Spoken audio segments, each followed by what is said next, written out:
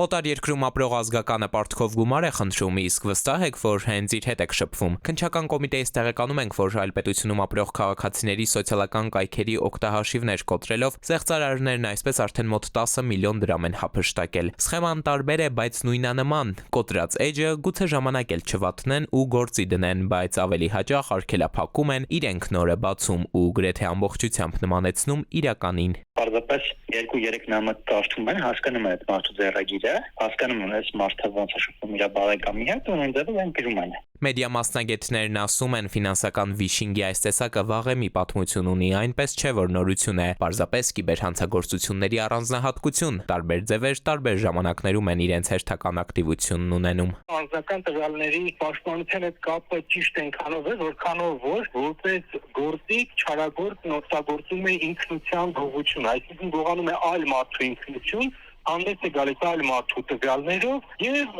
ըստ էության այդպես փաթեթավորելով իր համակրանքային կեղծիքը հաջողացնել մարդկանց վստահությունը չարաշահել, խաբել ու գումարները մարդկանցից կորվել։ Ուշագրավ փաստ գրանցված վերջին հափշտակությունների դեպքում զեղծարարները հուզիչ պատմություններ չեն պատմել, թե օրինակ դրսում են հայտնվել կամ դժբախտ պատահարի զոհ դարձել։ Ընդամենը մի կենցաղային պատրվակ։ Պատվեր ունեմ, քարտիցս վճարում չի ընդունում, իմ փոխարեն կանես, քեզ փոխանցեմ։ 3 կանոններ է գնալ դեպի սկզբնաղբյուր,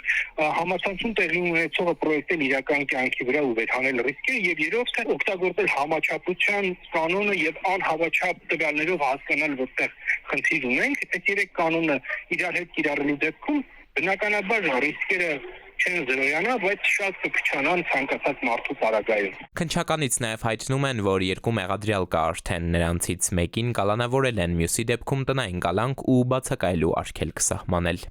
Էդուարդ Պողոսյան, ժամը լրատվական։